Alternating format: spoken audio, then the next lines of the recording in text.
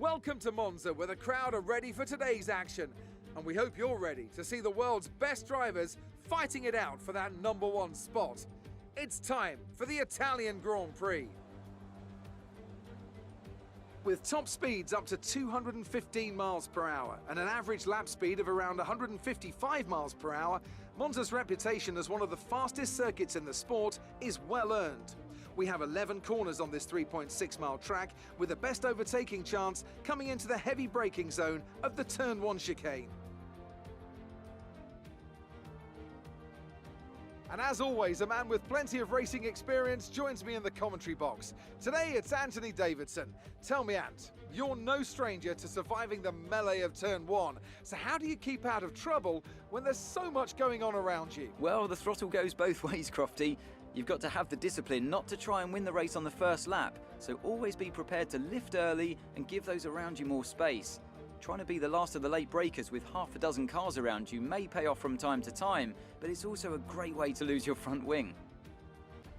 Let's run you through the driver grid order for today's exciting race. Young superstar Max Verstappen starts from pole position. Sergio Perez lines up alongside. Moving on to the rest of the grid, we have Bottas, Hamilton, Lando Norris and Vettel, Leclerc, Gasly, Stroll and Carlos Sainz, Ocon, Ricciardo, Yuki Tsunoda and Fernando Alonso, Giovinazzi, Latifi, Kimi Raikkonen and Nikita Mazepin, Mick Schumacher and George Russell ends our grid lineup.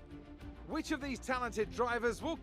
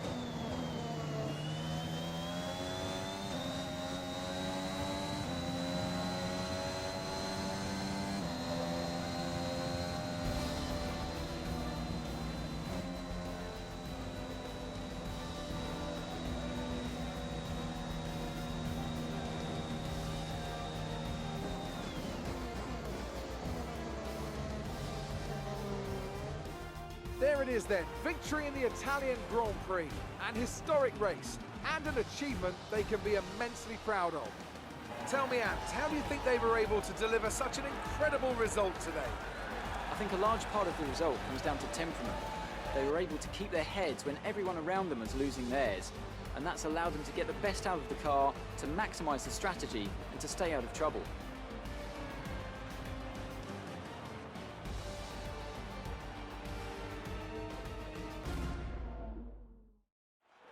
After an excellent performance at the Grand Prix, I'm sure there'll be plenty of celebrations tonight amongst the Mercedes team, and they certainly deserve it.